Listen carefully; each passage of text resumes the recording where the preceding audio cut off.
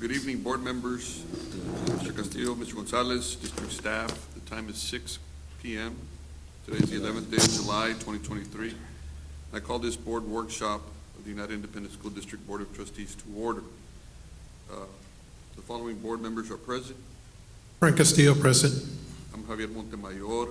Let the record show that this workshop has been duly called, that notice of this workshop has been posted in accordance with the Texas Open Meetings Act. Agenda item number 2, Pledge of Allegiance. Will everyone please rise?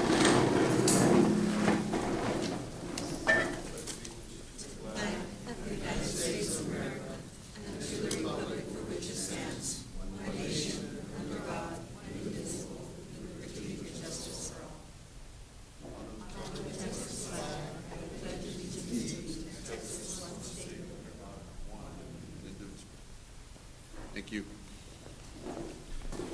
Agenda item number 3, public comments. Mr. Gonzalez, do we have any public? Yes, sir, we do have one. Yes, sir. We have Mr. Victor Vasquez, who will be speaking on the Food Production Center, and he has 3 minutes.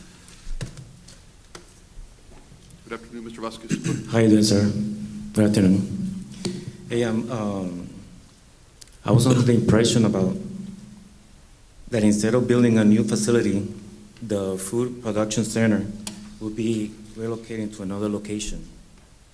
I thought that the Texas DOT offer compensate with alternative facility or pay for the appraisal value in front as part of an agreement.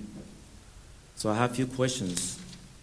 What would be the overall cost of the project? We know every time like Leyendecker get a contract, it always goes up. They start doing amendments.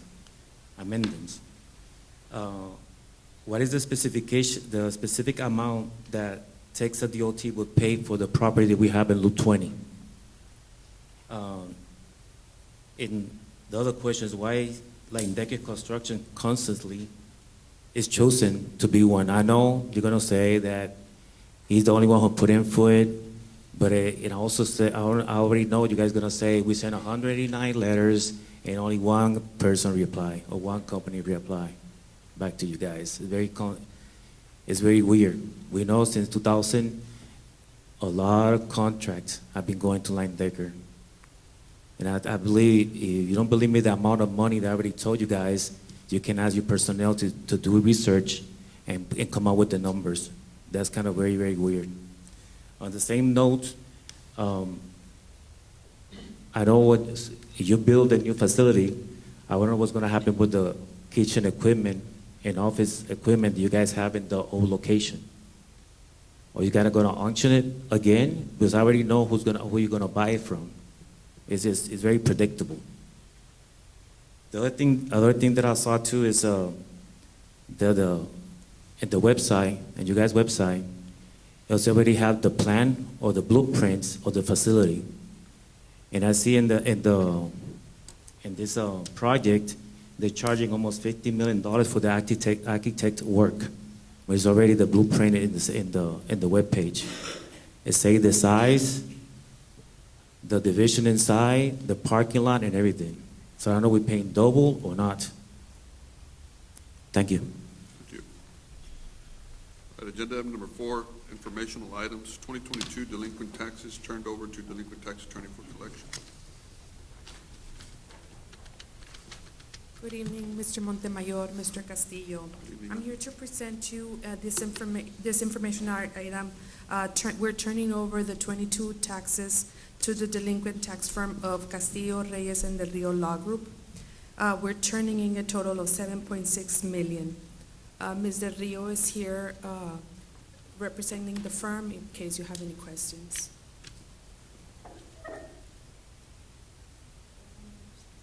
No questions for me, Mr. Castillo? Do you have any questions? The prior years, is that by the other firm, or was it you already the tax attorney for us? It's both. Both. It's cumulative through all prior years, not just 21 or 20, but it's cumulative through Yeah. I just wanted to be sure on that. Thank you, sir. Thank you. Thank you. Thank you. Thank you. Agenda item B, annual renewal of district casualty and property insurance. Mr. Montemayor, Mr. Castillo, the Division of Finance through the Risk Management Department. We're bringing you this as an informational item. Next month, it'll be an action item. We are hitting a wall when it comes to with insurance companies. You know everything they're going through with the backlog of all the damages, the natural disasters that have been occurring. So they do not want to give us a quote this far out because it starts September 1st. So we just want to let you know that we're working on it. We'll bring something to you as an action item in August. All right. Do we have to have a plan before August or on August, or? Yes, we're working with the companies right now to settle and to get quotes, really. We need to get a quote so we can understand what we're looking at as far as the expenditure to be expected for next year's budget. Thank you. Do we Sorry, have that any- was my on that question. note, do we have any higher amount of claims that we've, this year that? It's compared to it's every not other- just UISD. They look at the industry as a whole, which is Okay. pretty much The probably the whole region, our universe. area. Yes, exactly. And it's actually the underwriters that actually insure the insurance company, that they're the ones that are taking their time to make sure that they get their numbers right before they give a quote to the insurance company that then quotes us. Got it. Okay, thank you. Agenda item C, Budget 2024 Update Report regarding 2023-2024 public meeting in regards to annual budget information and proposed tax.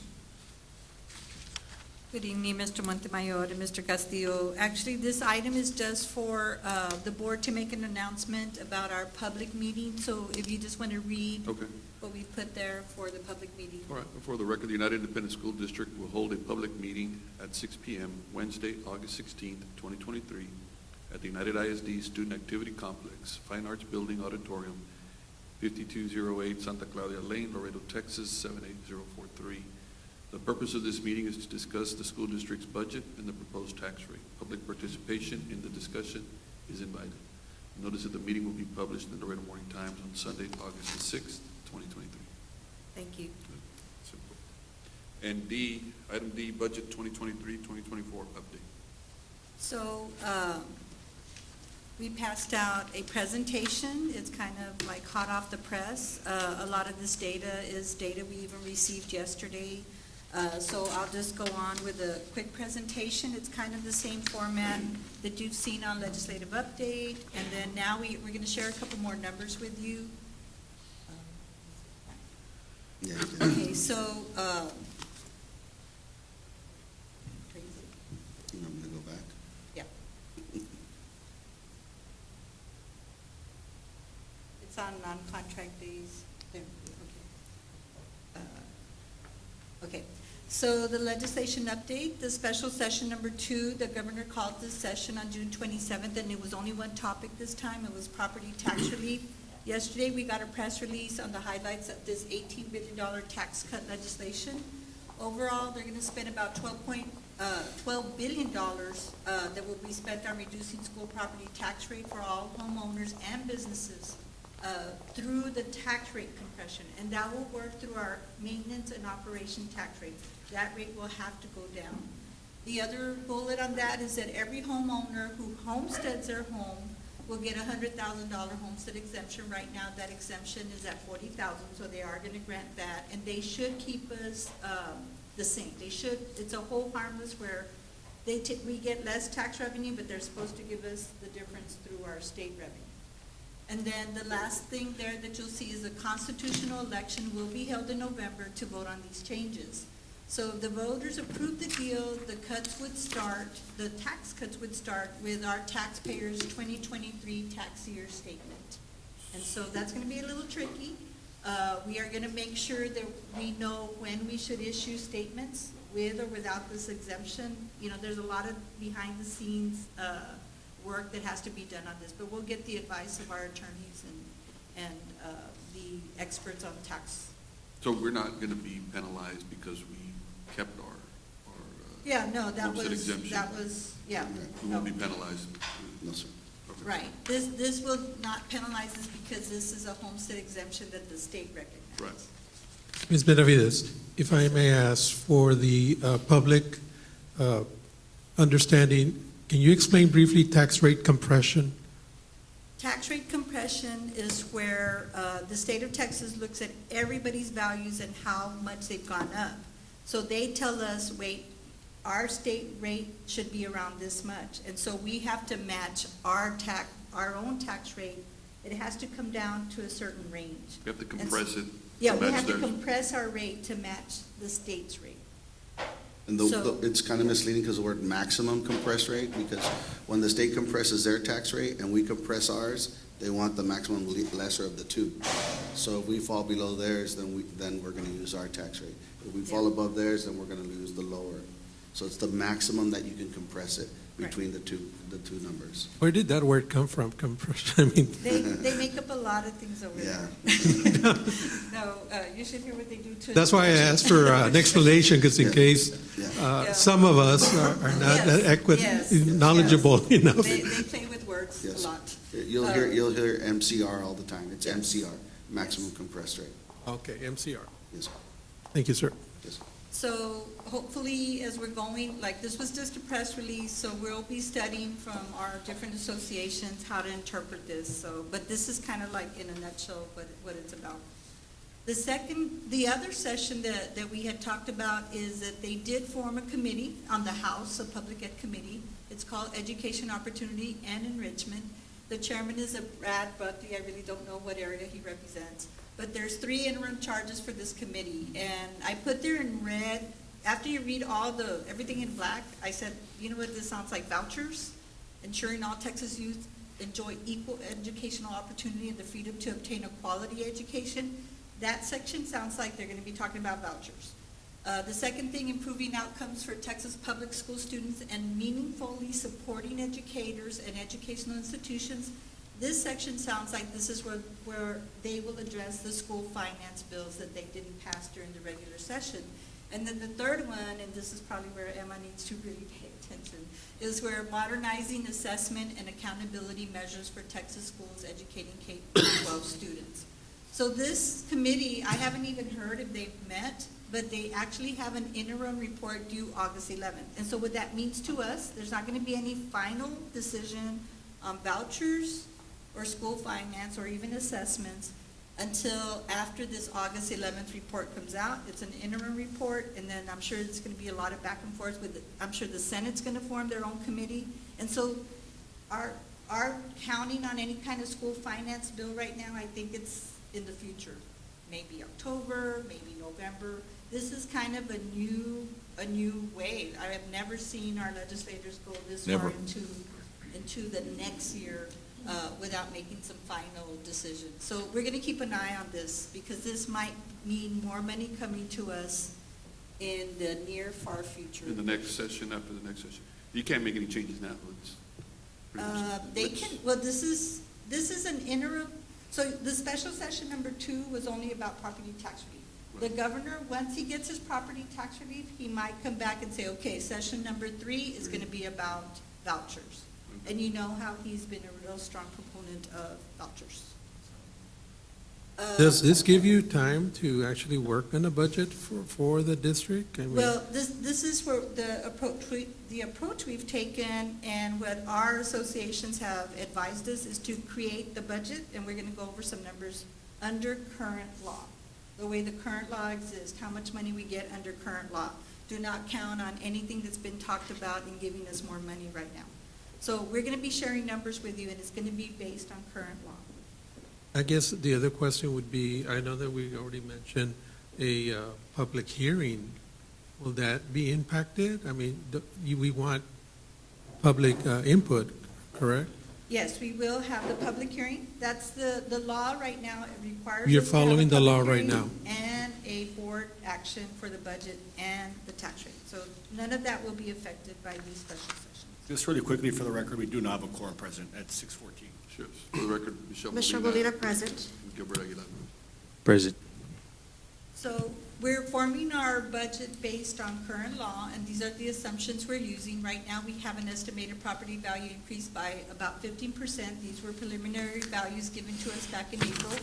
We should receive certified values by July 25th. They've been doing our ARBs, and protests, and so we'll know our final numbers by that date. Enrollment projection, we're using 41,383, which is kind of a number that we peaked at this year. So we just kind of were conservative, so we kept it the same, no growth. Attendance rate projection, we're using 93%. We feel we're I don't know, we're Conservative as well. but hopefully, we really are working with the campuses on an attendance incentive program for them to try to encourage their kids, come to school. And then the basic allotment increase, it was 0, but maybe we will get money from another special session. And I bolded those 3 things because those are the things that will drive our revenue more than anything else. Of course, our tax collections will make a difference also. So that's going to drive our budget. And there's a maximum compress rate that Mr. Flores talked about. It'll be reduced based on this new tax relief provision. And right now, we think the proposed total tax rate decrease will be about 12.5 cents. We need to look at this new thing that's coming out from yesterday's press release, if that number will move a little bit. But right now, that's the number we're looking at, but we'll know soon. And then, here's just some numbers, so you can start getting an idea of what our budget's gonna look like. Our tax revenue, we're projecting again with that reduction of 12.5 cents, and really that's total tax rate. But on the M&O side, maintenance and operations side, we expect to collect about $212.4 million. Prior year was $203 million. State revenue, we're projecting $168.6 million. And then TRS on behalf revenue, that's kind of like a neutral type. We have to recognize that same amount on the expense side. Other local sources at $7.6 million, and that includes interest income of about $3 million. With the rates going up, we've actually been in a better place with revenue on that. Federal sources, these are not grants. These are more like money we get from grants for having them, indirect costs, ROTC reimbursements, Medicaid. So we're projecting about $7 million for a total projected revenue of $421.5 million. I put asterisks on the first 2 because these 2 amounts could be impacted by that new tax cut legislation. We would bring maybe tax revenue down, but hopefully state revenue would go up and it would be neutral. So we're thinking maybe a $421.5 million revenue budget. Expenditures, payroll and benefits right now stand at about $366.4 million, and this is without pay raises. This is with maybe new staff that we put in. We've been looking at our health insurance, and so this is where we think we stand with payroll. Non-payroll is $53.6 million, and so our total budgeted expenditures at this point would be about $420 million. And then people have always asked how much of your how much of your budget is payroll, and there you'll see 87%. Let me tell you, that's common for a lot of school districts. That's the ratios are very comparable to other school districts.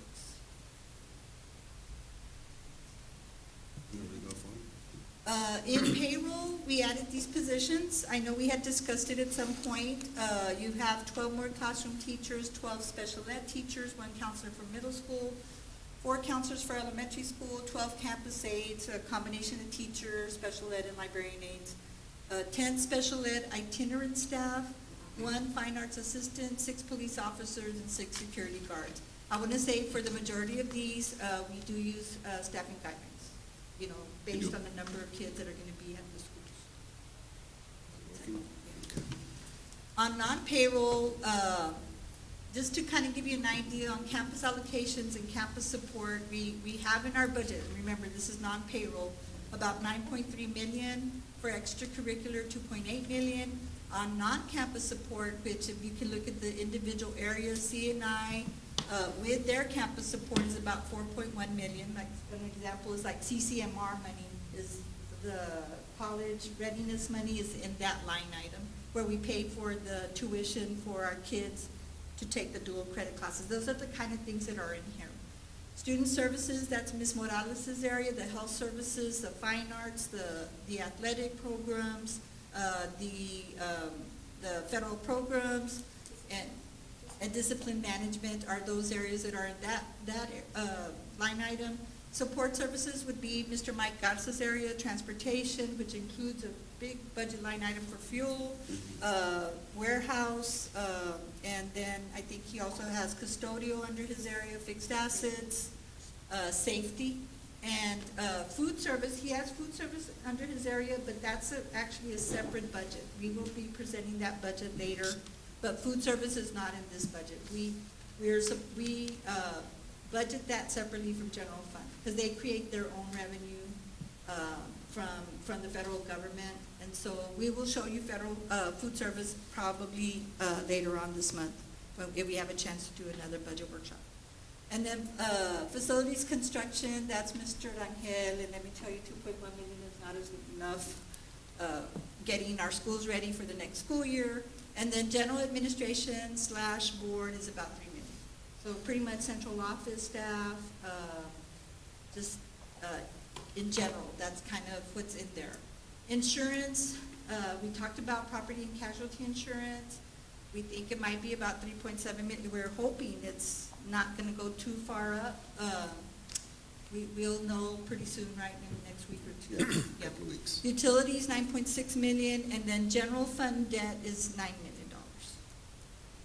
So that should total, I hope, to Make sure you 52.6. clarify that general admin board 3 point. There's no way we get 3 point. No, y'all don't No. get 3 million. You get- you get- It's just the cost of doing business for our district, right? Like Training, board trainings. region travel. service fees, trainings, just all legal expenses, sorry, Stephen, but, I know you don't get 3 million. So, No, it's it's just several organizations, Yeah. codes within that. services, just. That'd be- Yes. So Where just to does, give you an idea. Where does federal programs come in? I heard you mention something. In Ms. Becky Morales' area is student services, we put her federal program money in there, but the federal money, her grants are not in this This budget. one, Because this is just our general operating money. yeah. There are some expenditures that they need to have to operate, but the federal funds do not allow it, so we supplement it with the general fund monies. Like It's a very administrative small- Do we type get of- reimbursed later, or? No. No, this is these are just just to non- run- This is our portion, Yes, perhaps. To yes. run all those grants, right? Because I heard you say federal programs, and I didn't see it up Yeah, there. it's a small amount. Yes. right? Yeah. So, How small is small? very small. She's the M. Jeez. No, it's just, we get a lot of this general fund funding when we get a grant. We're allowed to charge operating costs to that grant, and we use that to help supplement some of the non-allowable expenditures that she has to use to operate the grants themselves. They don't fund it 100%, but very, very close to 100%. So the federal monies are completely different budget. Right. I- Right. You ready? Yeah. So in a nutshell, our total proposed M&O budget right now, with no raises though, is projected revenue of 421.5 million, projected expenditures of 420 million, and excess revenues of over expenses of 1.5 million. This is a very different story that we brought you, and I don't mean to say story like fictional story, but, remember last year we brought you a $25 million deficit because we didn't know how many kids, we didn't know 1,600 kids were gonna show up. And so this got us there. Our tax values going up got us there, but mainly the student population going up got us there. So I think at this point, we're pleased that we're at 1.5 million compared to last summer when we were proposing, or we did pass a $25 million deficit budget. Yeah, and we didn't lay anybody off during the No. hard times. Everyone kept their jobs Even at during full COVID. pay. At 100%, We didn't 100% pay. reduce our force at all. And during COVID, like our transportation staff, we had them deliver food. Sure. We had them take Wi-Fi buses out into the colonias. Food service people would serve meals, the grab-and-go meals. Yeah, we didn't lay anybody took off. care of our employees during, Yes, we did. during the COVID and the hard times. And Yes. so that's another reason that we were in that. So, like you can Deficit. tell, like we're Yes, sir. kind of getting over Yeah. any kind of financial stress that we were feeling.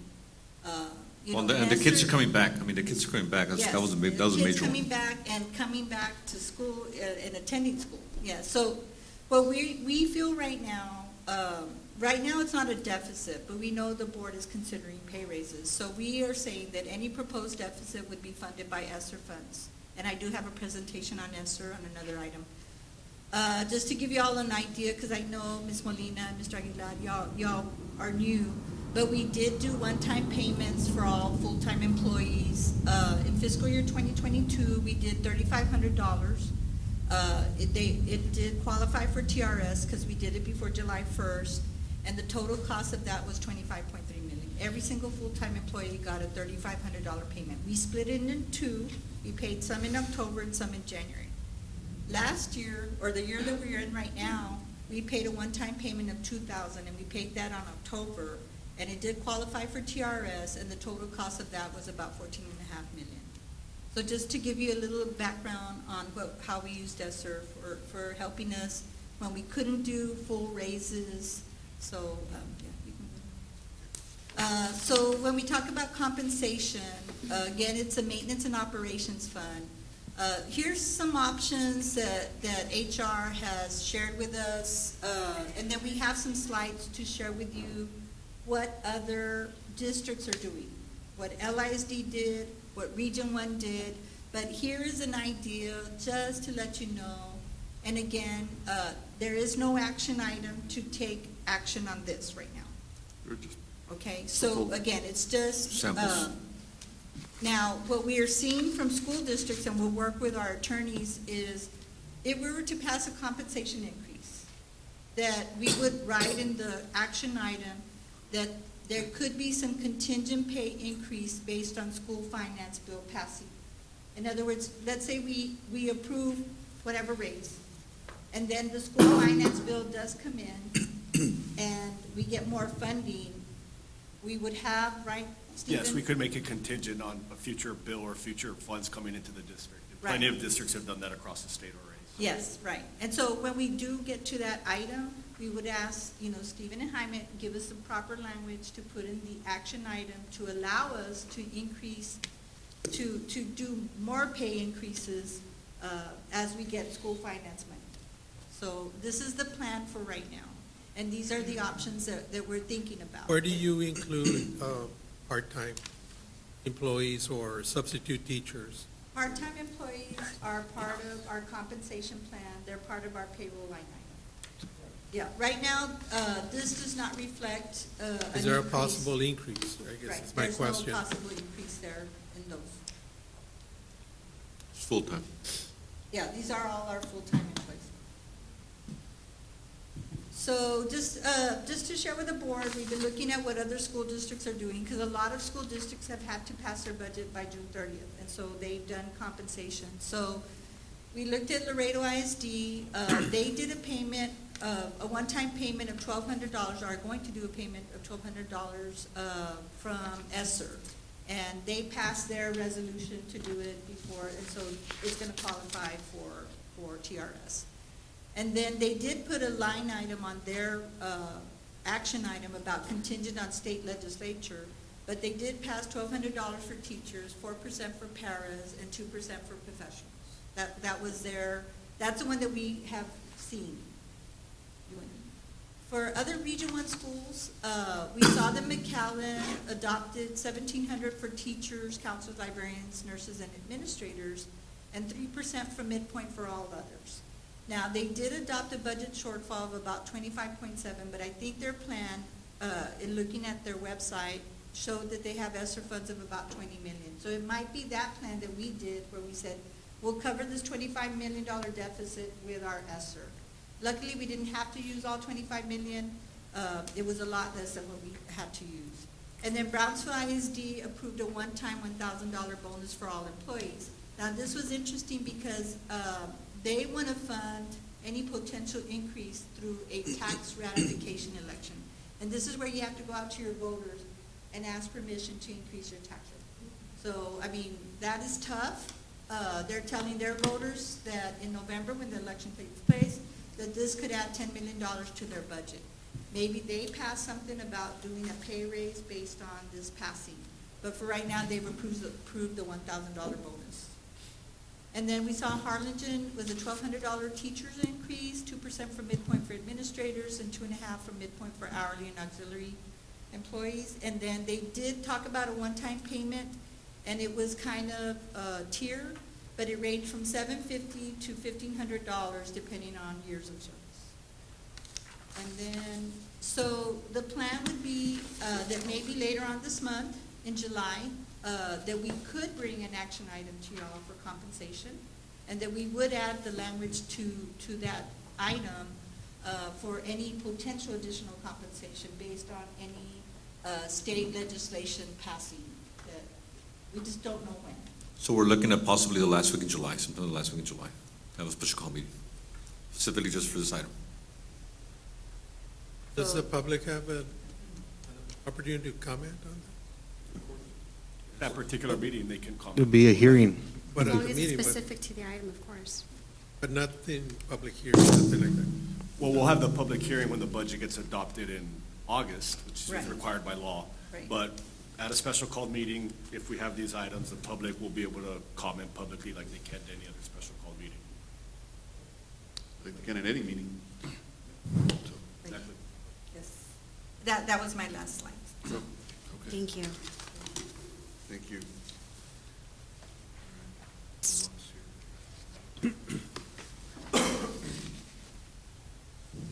All right. E, presentation of elementary and secondary school emergency relief, SR 3. Return to in-person instruction and continuity of services and use of funds plan revision. Good evening, Mr. Montemayor, Ms. Molina, Mr. Aguilar, Mr. Gonzalez, Mr. Trotman, members of the audience, Rebecca Morales, Assistant Superintendent for Administration and Policies. Ms. Benavides and I are bringing to you, we're required by law, as per statute, when we receive this ESSER funding, that every 6 months we do have to bring to you an updated plan and an updated return to safe in-person instruction. So this is the use of funds form that we have. I believe there are no changes to it. No, it's just updated, but I think the requirement of 20% of it being used for learning loss, we're more than above that. I think we're closer to 38%. But this is an idea of how the funds have either been used or are intended to be used. The money is still good or still available for us to spend through September 30th, 2024. But it does require us to come every 6 months and present information. Aside from the use of funds, we do need to update our return to in-person instruction, safe in-person instruction. If you all remember, when we received these monies, a lot of our students were participating in remote instruction. And so part of receiving this money is how are we going to get our students back into our schools safely, right? Protocols and, PPE and testing and all of that. As you all know, on May the 11th, the federal government already declared the public health emergency declaration null and void, so that's ended already, so we're not making any changes to that plan. All our students are already back in our classrooms. Thank you. Thank you. Any questions? I have one question, just curiosity. Out of the ESSER funds, that's the total we got, right, for the 4 years? I know we're in the last tier. Do we have enough money, like roughly, not the amount, but just roughly to give any bonus or raises, in your opinion? Well, what we want to do is maybe use any funds that we have available to help us with the deficit that may be, depending on the amount of raises that y'all are considering, that we would use ESSER to help us with that deficit. We could come up with some numbers to do a one-time. If we do a one-time, it would not apply for TRS because it should have been done by July 1st, but it doesn't mean that we can't do a one-time. Okay. We could show you numbers, Work something out. if you raise it a little bit, Sam. Right here, yeah, go up. So the October payment was $2,000, just so that you can get an idea, right? Yes. The $2,000 payment for all our employees, because we paid out to almost 6,500 employees, was about $15 million. You have to include the benefits and things of that nature, but that would give you an idea. If you think about 1,000, 7.5 million. 500, I don't want to do any more math, but Yeah, because So in this- 2022, we gave 3,500, 2023, we gave 2,000. Yeah. So I'm thinking 2024 would be less, right? Because we're in the last tier, Yes. and we gotta We're move the in the money Funding towards, is you know, less. Yes, sir. Funding is but just to less. work something out, you know, maybe.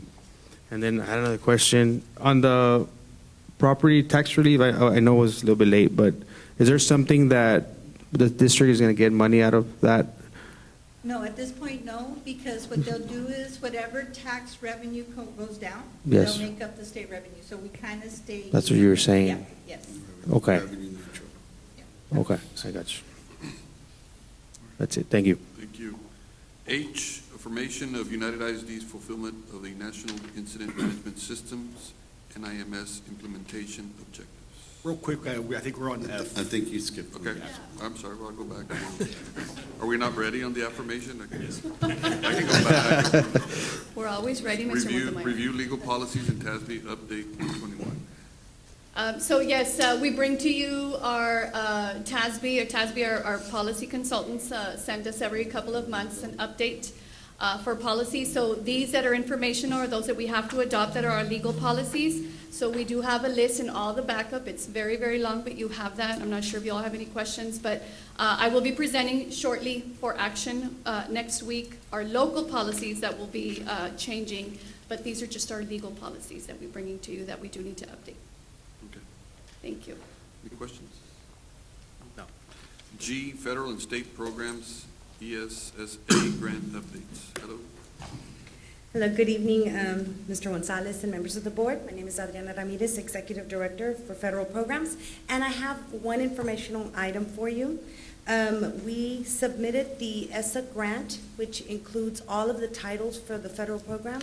We submitted it mid-June, and we have received the notice of award this July. So we are ready to start for the following year. Oh, great. Thank you. Congratulations. Thank you, ma'am. Any questions? No? Thank you. Agenda item, H, H. are we on H now? Are y'all ready now? we're ready for the affirmation. Affirmation of United Sir ISD Ruben. fulfillment of the National Incident Management System implementation objectives. Good evening, members of the board. Mr. Gonzalez, Ruben Ayala, Safety and Crisis Response Manager, presenting for Mr. Garza. So this is just an informational item that we are affirming that United ISD, United Independent School District, hereby affirms that its fulfillment of the National Incident Management System implementation objectives. Adoption and implementation of the following objectives are formalized in the district's multi-hazard emergency operation plan, or EOP. And so basically, it's a requirement by the state, something we've already done in the past, but with new administration, we just wanted to come forward with the board. It's one of the requirements for when we submit at the end, during this year's for this next EOP. And just wanted to affirm, and if you see also, we've included the objectives and where they are included in the EOP. Thank you. Any questions? Thank you. Thank you. All right, agenda item number 5, A, discussion regarding monthly disbursements. Yes, yes, sir, Mr. Montemayor. The Division of Finance presented you with the monthly disbursements for the month of June. I don't know if anyone has any questions over any of the disbursements at this time. Questions? Thank you. Agenda item B, discussion regarding budget amendment. Good evening, board members, Mr. Gonzalez, administrators, and members of the audience. We bring to you for your consideration Budget Amendment 23-10 for the Child Nutrition Department. This is to appropriate revenues and expenditures for the Seamless Summer Option Program in the amount of $790,000. This will be accounted for in the Child Nutrition Fund, and there will be no effect on fund balance. I just want to say thank you, sir, for what you've done, and I know everybody works as a team, but I know all summer they've been giving meals and to, you know, food for hunger, I guess, like programs from the state and all the revenues.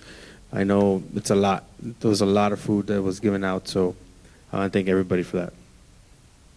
Thank you, and thank you all for your support. Taylor, on that note, I do want to recognize Mr. Ramirez. He has been very active going to the sites, making sure that everything was done correctly. And even the week we were out, he was out there to get the sites. So, Mr. Ramirez, thank you. So, Mr. Ramirez, real quick, just your amended budget is based on increases that weren't planned for originally of $790,000. That's Yes, sir, this is for the. Contracted summer. services, food products? Yes, Okay, all right, thank you. thank you. C, discussion regarding submission of the certified estimated 2023 debt collection rate and certified excess debt collections for 2022. Good evening, board members, Mr. Gonzalez, members of the audience. I bring the submission of the certified estimate for the debt collection rate for 2023 and the excess collections for the debt service for 2022. So I have 101% debt collection, estimated debt collection rate for 2023. And what we collected as excess for the debt service for 2022 was $368,870.46. Thank you.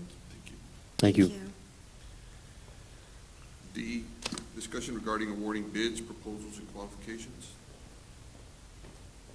Ms. Jackson. Good evening, Mr. Montemayor, Mr. Castillo, Ms. Molina, Mr. Aguilar, ma'am. administration and staff. We have the following for your consideration. RFP 010-2023, educational, higher education books and materials to the vendors listed. RFP 031-2023, sheet music and related items to the vendors listed. RFP 027-2023, Medicaid collection services to Onward Learning. This is a straight 3-year contract, and this is for our Medicaid billing through our special ed department, with the option to extend for 2 additional 1-year increments. RFP 030-2023, tires to the vendors listed, and we also have 9 renewals for your consideration.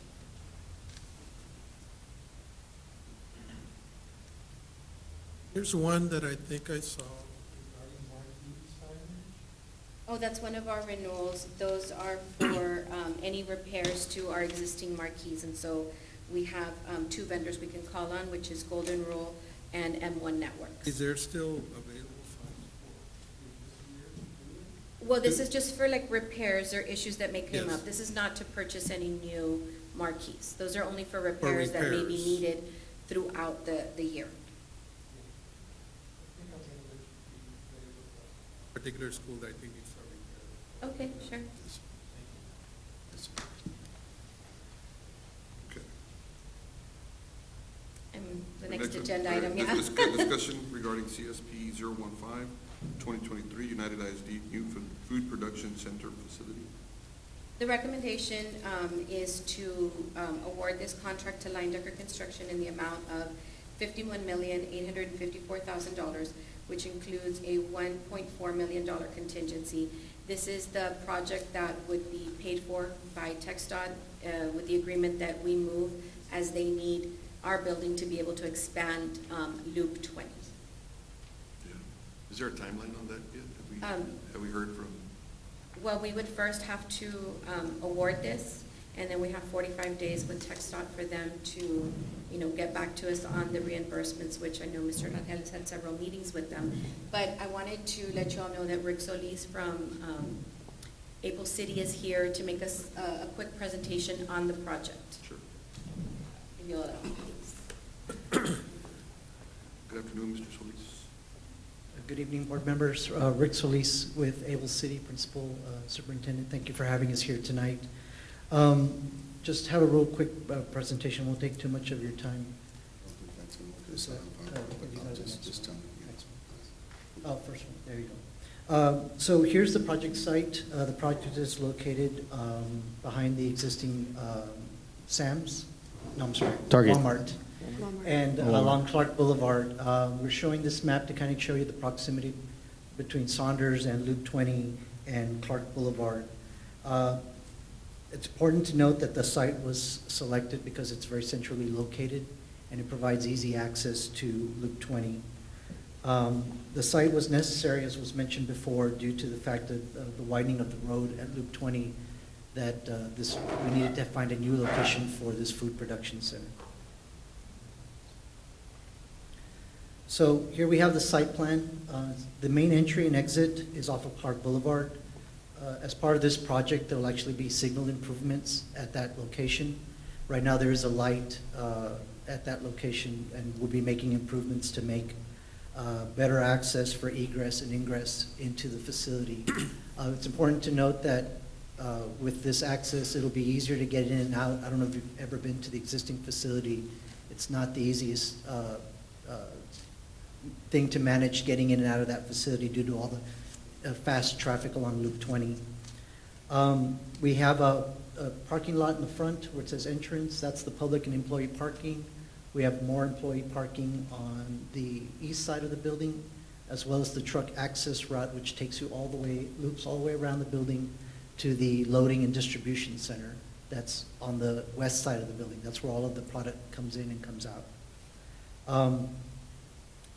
We want to note that we have been meeting with the fire department in the city of Laredo on this project, and so they've asked us to include some things in this project, namely this fire apparatus access road on the rear of the building. They required us to have a little bit more paving than what we originally anticipated, but that was necessary for the protection of this building. So this is the floor plan of the facility. We've tried to color code the different areas. We have the area in yellow in the front, that's the administrative area, as well as there's a student instructional area just to the north of the yellow part. That is for student instruction as well as the cafeteria and for different, it's a multi-purpose room in this space. It's also good to note that as you enter the building, there's a secured vestibule. Security is very, very important at this facility. We have a number of security vestibules throughout the location to prevent people from getting unauthorized access. Furthermore, along the perimeter, we also have cameras everywhere. So the security was really of the utmost importance on this project. We have our food production center just behind the administrative area, where you can see where the bakery, the vegetable prep, and the cook chill area is. And then we have the warehousing, the freezer, and the dry storage on the backside. The area kind of in that pinkish color, that's the actual dock distribution area where all of the packaging is done to be able to ship out to the different schools every day. Again, the fire department required us to enlarge our fire protection on this facility, so we have a large pump room that's sort of at the topmost corner of the facility, and we needed some additional square footage for egress on this facility. What's the total square footage? I'm sorry? What is the total square footage that we're looking at? So we're sitting at about 58,000 square feet, more or less, including these mechanical mezzanines we have on the second floor. So on the second floor here, you can see the area in yellow is the second floor of the administrative area. And this was done, again, we have the ability in the manager's offices to be able to look down onto the kitchen facility from there, to be able to always be providing that constant observation on what's going down in that area. That's the only part that's really second floor. Like, I know it looks like a very large building, but that's the only second floor part that we have there. On the second floor, we have our accounting, we have the clerks, all the multi-campus coordinators will be working out of there, as well as the director and sort of the associate staff there.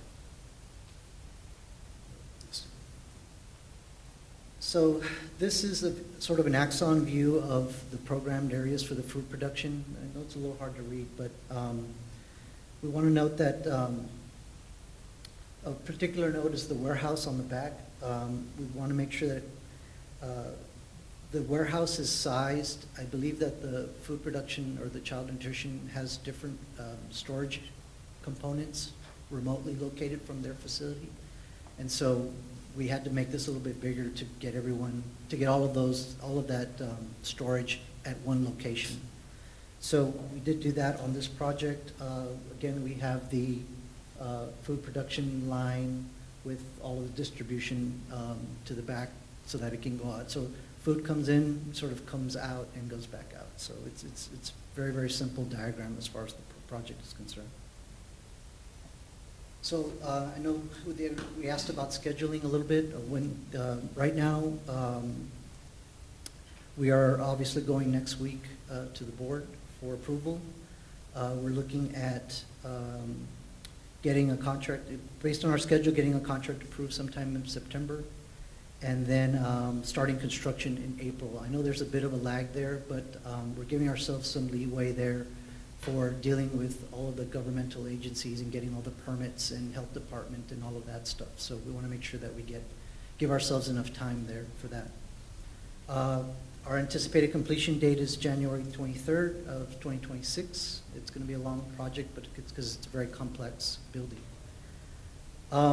Once that's done, though, we're not done. So we have, the following month, we'll be going through testing and balancing of the facility to make sure that everything's working properly. And then the month after that, we'll actually be operating both facilities simultaneously.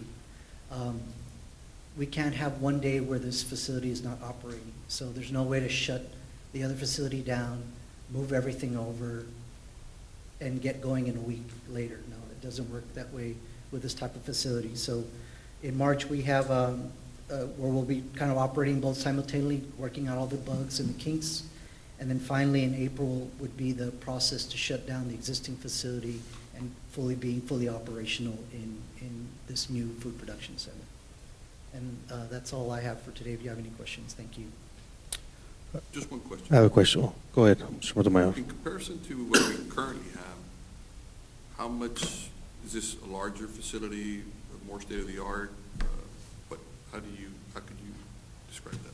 Yeah, we have, I think the existing facility is about 30,000 square feet, 29,000 square feet, somewhere in that range. So we're almost about double, not quite. I would say that that facility was built for your population back then. And obviously, you've experienced a lot of growth over the last many years. And so the idea is that not only are we building for what you have now, but preparing for the future as well. Thank you. Will all the square footage be used immediately when you open the facility? So we do have some areas in the food production area where we have spaces for some equipment in the future. Expansion?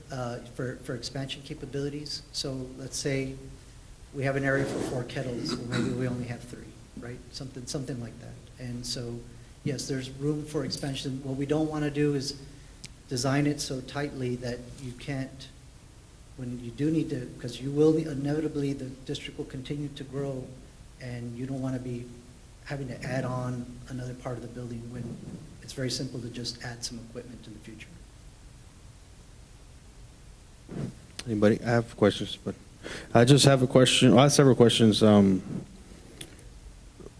Like you said, the old one is 30,000 square foot. This one's 58 square foot. It's going to benefit the district going forward.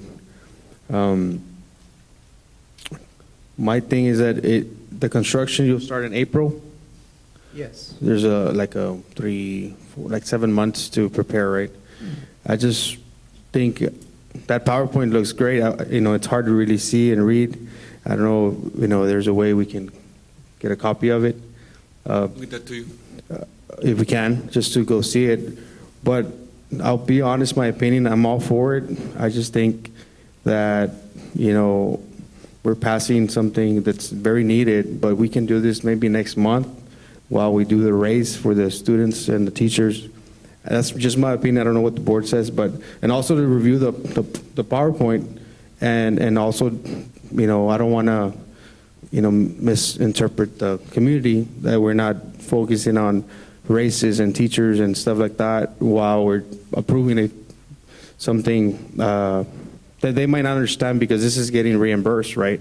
So, but they take a different perspective. But I don't know if the board have any opinion on questions on that. I understand what we have here, Mr. Gonzalez. Perhaps you might be able to shine on this. We simply contracted an architect to do the specs. Yes, That's all we're having right now, correct? Yes. That's what you brought to the That's table correct. right now. That is So correct. this is the plan, this is how you would work it. I don't know where it's going to pass over to construction. You don't have anything to do with the construction itself. That is correct, no.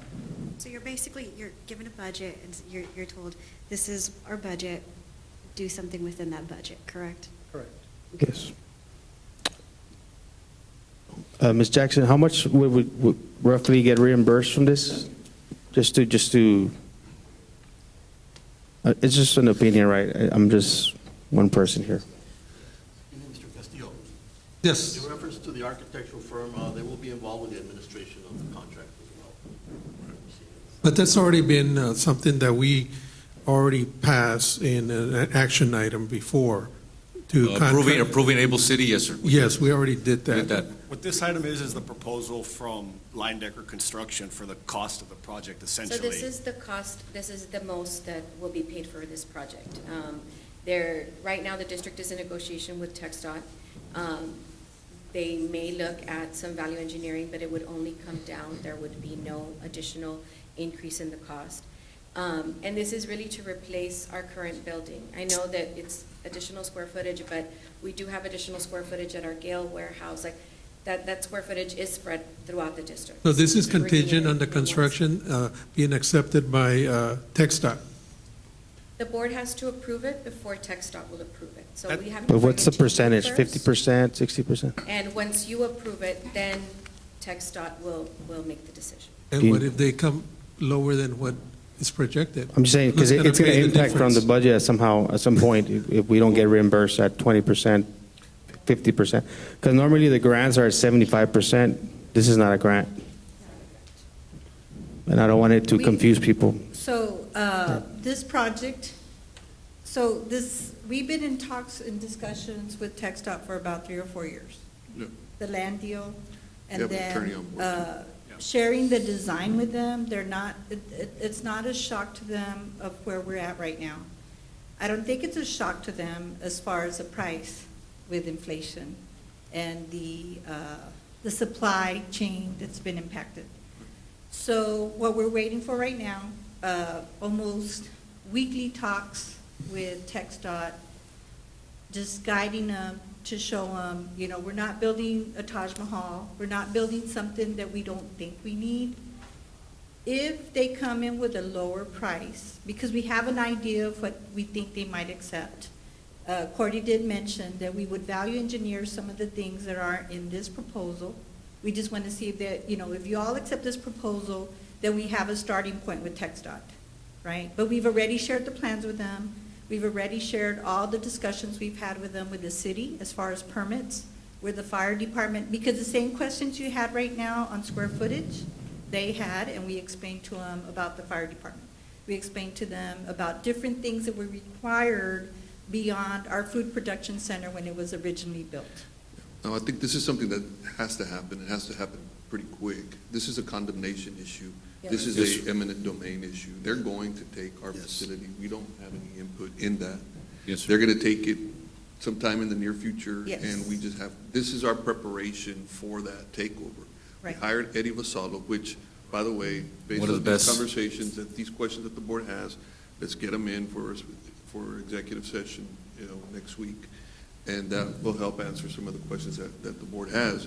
But it's going to be a takeover, and so the property that we purchased a year or two ago, this architectural firm that the board hired to design and come up with the specifications, that's the product that we have, and now we are looking at getting actually into the construction. If we don't move on construction, then the district is going to be without a food production center in the near future. Whether it's at 51 million or at any other price, as long as the price is reasonable and TxDOT is on board for compensating or reimbursing us, I think that's where the board's questions need to be answered. How much are we going to make? Are we going to spend money that we have in our general fund to pay for this? I think those are the questions. But do we need it? Yeah, it has to happen. It has to happen in the near Yeah, future. there's no doubt that we need to move forward. We just need to make sure that we're sharpening our pencils and we're looking at the proper budget, if it's going to come out of our general fund, and when it's going to come out of our general fund, and how much of that we're going to get reimbursed. But there's no doubt we need to move forward. We just need to look at that timeline a little closer as well. If we postpone this to August and not so much in Well, July, so what does there's- that do to TxDOT? Okay, what it does to the proposal that's on the table, you have suppliers out there that won't hold their prices. And so if we've been told by our vendor, right, our proposer, that they are holding their price for 45 days. So, you Can- know, can just we- looking How at much has that timeline. increased from their first proposal? And I understand, material has Yes, gone up. yeah. There's no doubt. Inflation, but Can you go to the actual action? Can I make a suggestion? Maybe we can bring that, I know our next board meeting in August 15, maybe move it to August 8, so we can have within those 45 Do days. it, if need be, we have a special call meeting that. Probably the last week of July. Wanted to have the last week of July, maybe we can. We have could it- also have get it Mr. set. Vassallo on the line for, like you said, an item next Wednesday. And if Yes. the board doesn't feel comfortable. I'd like to share with the board, go ahead, sir. I agree that, you know, our compensation packages need to be priority.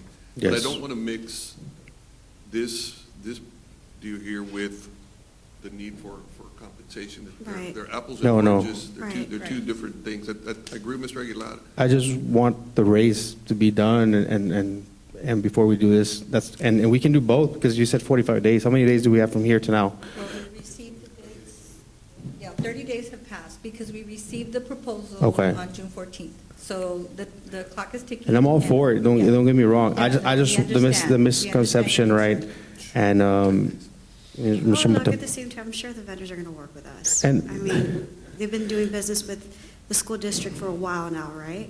yes. So I'm sure they're going to work with us. And then also, we're not starting construction until April, so maybe we can try to maybe speed up construction, in a sense of that, but I don't think 15 more days from here is going to make a big difference. And I think the bigger difference out there that we take care of our staff and our district first.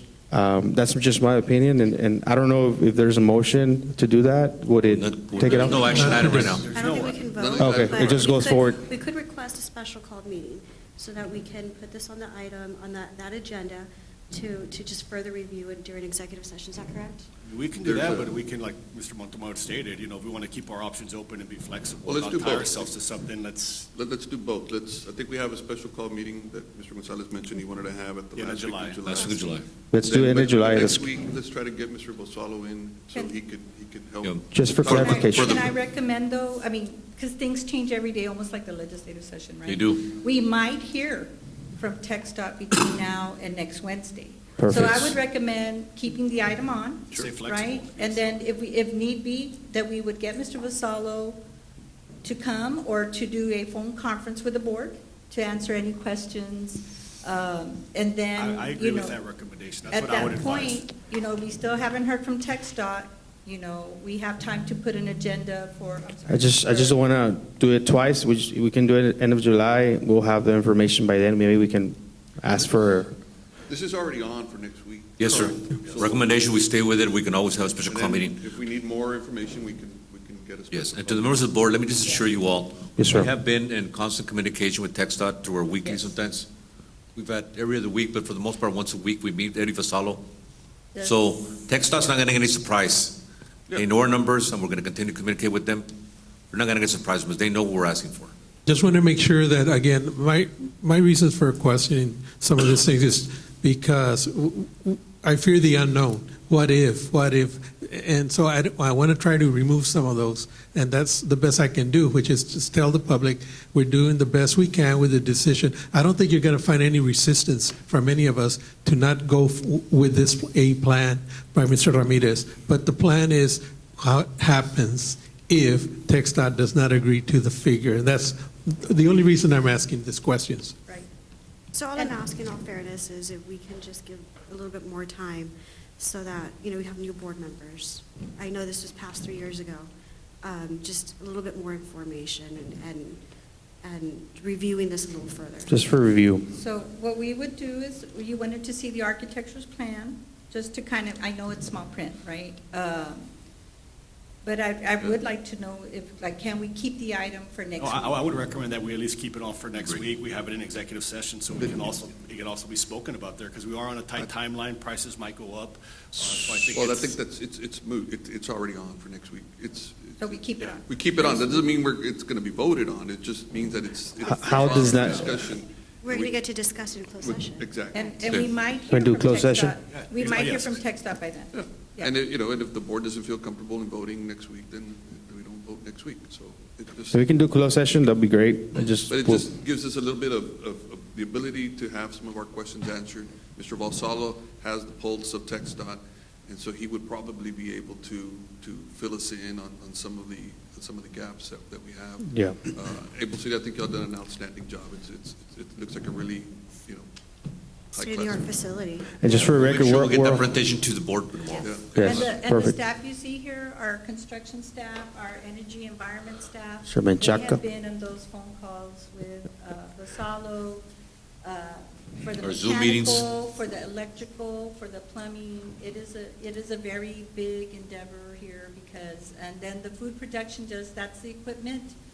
I know there was some confusion on the architectural, that is not the architectural fees, that's the building itself. So the contract we had with the Able City was separate, and y'all awarded that, and so that's why Mr. Solis is here. And he will be part of watching the construction as it's going. So that's his continuous service to us as our architect. Yeah, I think. Well, that's Do good. we have anyone else? Representing? Yeah, you said you had construction. Is there anyone else that wanted to present or speak? Mr. Frank. Sir Rangel. Good evening, Enrique Good Rangel, evening. Assistant Superintendent for Facilities, for the record. Just like Ms. Benavides mentioned, we've been working with TxDOT representatives through Mr. Vassallo and with their team, really since 2017. But especially the last 3 years, more focused on this particular property. Also, just for information, this property on Clark Boulevard was paid 100%, purchased by TxDOT. So they're committed, definitely, because their main project is the widening of the Buck Bullock Loop. And they've made agreements already. They signed the memorandum of understanding to reimburse the district for the relocation of this facility. They understand how critical this facility is for our community, Do we for know our how much they're going students. to reimburse us? I'm sorry? I'm sorry? Do you know how much they're going to reimburse us? That's what Mr. Vassallo is Working on. negotiating with them right now. We did share with them this proposal. They have it. It's very close to the numbers that we've been discussing with them for the last 9 months. So, like Ms. Benavides mentioned, they're not really in shock. We feel that they will fund the entire facility. Also, the architectural fees for Able City, TxDOT has reimbursed us 100% of that. They're committed to the project. The district really hasn't Fantastic. spent any funds from our budget. This is all to be funded by TxDOT. It is in their part of their overall long-term master project for the loop. Yeah. So they approved for us to go out for bids with this design, which we shared with them in several meetings over the last 6 months in detail with their engineers. They know exactly what we're going to be building. They understand. They've toured the facility several times. They understand it's not just a warehouse or just a small kitchen. Like, there's a lot of misconception. This is a major food production facility. They produce millions of meals a year. I think about 12 million meals. And also, it's a distribution center because from here, centrally located, we distribute all our meals through the cook-chill process to all our campuses. So it's a very good location. We're working with them, so we feel very confident. I did speak with Mr. Vassallo last week, and he said we've submitted everything to TxDOT. They seem like they're very pleased with the proposal, with the plan. They're moving forward, but they've got to go through their channels to get approval from their board. We're hoping to hear back from them before the meeting. But one thing that the TxDOT Vice President of Operation told us last Thursday, time is of the essence to them. They're actually, their main comment was, are you going to approve this? Is the Board of Trustees, the UIC going forward? Because we cannot afford any more delays. they are really interested in getting this project underway. So that was two other main comments that they kept reiterating to us and to Mr. Gonzalo. Well, this timeline that we shared with them will be maintained or Yes, sir. maybe improved. And just for the record, I know UISD is committed to this beautiful, amazing, venue for our kids, because that's what we do here for United. We have the best of the best, and we are committed. It's just, I want to thank Mr. Gonzalo, Mr. Solis. We are committed. It's just that, just more information to clarify. That's all we're in my opinion, right? But like they said, just keep this agenda forward, and we'll work on getting more details We'll as have we go. Mr. Gonzalo join in the special meeting, give you an update. Hopefully, they are aware, TxDOT, because we notified them in writing to Mr. Gonzalo that the agenda was going to be presented today for discussion, and that it would be on the agenda. And they were very pleased about that because, like I said, their main goal is the timeline. They're way behind schedule on their project, and this is one of the major components to move forward. I believe they already are letting out some of their widening projects, contractors. They're purchasing right away. So we're working as a partnership with them. Like And I said, know also TxDOT has a deadline to do their highway, so they're going to kick us out if we're not ready. So a very important point that was made, I just want to repeat that, is about the functionality of our existing facility. It can never be shut down because we produce meals every day. Right. We have to continue, especially when school starts. So they understand nothing that is in that facility can be relocated because we have never shut down. So everything in the new facility or in the new site will be brand new equipment. We have to get it up running, tested, and operational 100%. Do a small transition from all the staff, train them on the new facility because it's more state-of-the-art, it's new equipment. Everything's digital.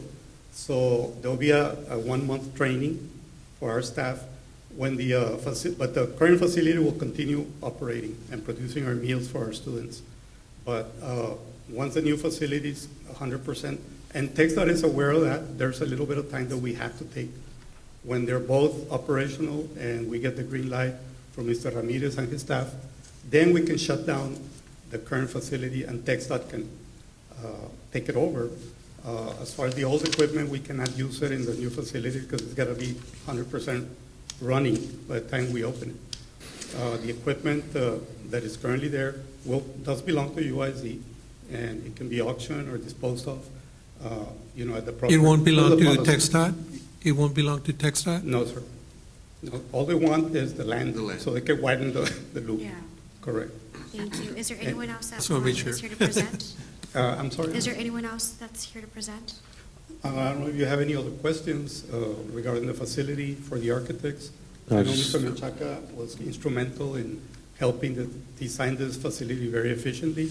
Mr. Alanis and his team, we all reviewed the plans through the last 9 months, working with TxDOT's engineers.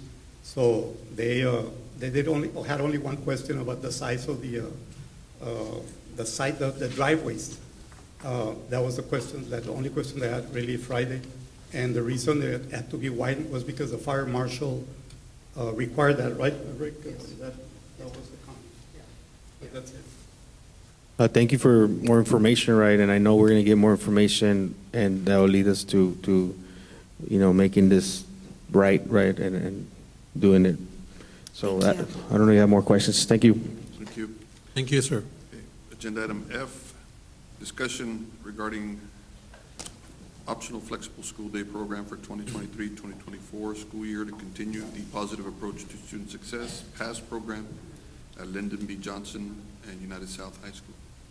Yes, good evening, once again, Rebecca Morales. We are administration is proposing that we continue to provide the PASS program at United South High School and LBJ. This is our data for this school year. Now, the PASS program is for students who have either dropped out of school, who are at risk of dropping out, or have lost credit. So this is the data for this current school year. At LBJ, we had 22 students that were enrolled, 88 attempted credits. Completed credits were 58.5, and students who met graduation requirements as a result were 4. At United South High School, we had 7 students enrolled, 15.5 credits attempted, 10.5 credits completed, and then another 4 students who also met graduation requirements. Can you go to the next slide? So again, these are the eligibility requirements for students. The loss of 1 or more credits must be vetted because of hardship conditions outside of the school, and students who need small individualized instruction to recover credit loss. So if you all do approve next week at the board meeting, we will be submitting the application to TEA. And that TEA gives us the flexibility to provide this program to these very high at-risk students. Thank you, Ms. Morales. Thank you. All right, discussion regarding first reading of TASB Update 121 local policies. Okay, so yes, again, as I mentioned earlier, this is part of the TASB Update 121. Now, these are our local policies that we are recommending. This is the first reading that we are recommending for updates to these policies. As you can see there, they're listed: CCGB, CKE, CKEA, CLB, CRF, CVA, CVB, DEA, FD, and FFI. And you'll see on your packet, anything that is in blue is new text. Anything that is red is what they're recommending that we delete from these policies. So I don't know if you have any questions on that. No, ma'am. Thank you. We got the information. Okay. H, discussion regarding appraisers for the 2023-2024 school year. Good evening, board members, Mr. Gonzalez, members of the audience.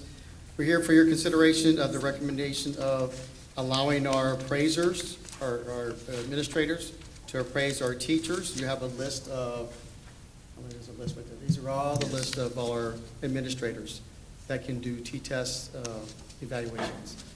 We'll probably come back to you a little later with some additions once we get the new staff that we're filling in the slots for. Let me do this yearly. Any questions? Thank you. Thank you, Mr. Canales. Regarding update of teacher service records designees. So I need to make a correction. It's not just for teachers, it's for all employees. I'll make sure that our next go-around, next week, it says employees as a whole. So we have, on our service records, we have to define which individuals will be signing off on these service records. We're including a director of employee relations. We've already approved the other ones last year. Yes, sir. Thank you. All right. J, discussion regarding vision and mission statement and goals for United ISD 2023-2024 school year. Good evening, board members. Emma Leza, for the record, Associate Superintendent for Curriculum and Instruction. We're bringing for you today the the district's vision, mission, and the 4 goals that we have. No changes, no major changes. We're following the same structure that we have because all of our principals have already worked on their campus improvement plans following these goals. I don't know if you have any questions. No question. No, ma'am. Thank you. Thank you. Discussion regarding DMA local required professional development. Yes, for your approval also, we have the professional development plan for the 23-24 school year. Now, we've taken into consideration all of the information that we received this year, and we've submitted this information to Mr. Gonzalez to present this plan to you this year. So what we've done is we've looked at all of the vector trainings, because those were very taxing on our teachers especially. What we've looked at is we've looked at our calendar for the year, and we've embedded the time slots for these trainings that are required by state law. So what we present to you tonight are the requirements from the clearinghouse, those presentations that every educator must have, and then also the presentations or the professional development that district employees must have. So we've broken it down. So as you can see, the first one, human trafficking, this is a required training for all employees. It is a 60-minute required training, but we embedded it into one of the days for professional development, which is August 7th. And that's the pattern that we follow throughout the year, embedding those time frames for these trainings that are required within those campus professional development days or district development days. Now, this does not mean that an employee cannot view these beforehand. But what we've done is we've made sure that within our calendar, within their professional development days, we have allotted time for these particular training sessions. We've also, if you can see on the side, for example, bullying, that's not going to be for all employees. That is going to be for all campus personnel, district instructional, and discipline personnel. So for example, personnel at our facilities department will not have to do the bullying training sessions. So we've, again, looked at everything that is required by state law and embedded it into our schedule so that the teachers have the time to complete these sessions. I don't know if there's any questions on. No, ma'am. You guys, Thank you. Thank you very much. thank you, Ms. Tessa. Discussion regarding disposition of technology equipment. Good evening, members of the board, Mr. Gonzalez, members of the audience. This time, we bring before you the disposition of the listed assistive technology equipment for a graduating student as listed in the uniform transfer agreement. This is, I believe, about the third or fourth time that we've done that for a student in need of this assistive technology device. For one of our special needs students who was graduated already. And you're going to transfer whatever The equipment equipment. he has? Or Yes, sir. You're going to give it to him? Yes, sir. It's an assistive learning device for whatever disability the student needs it for. There's only one student?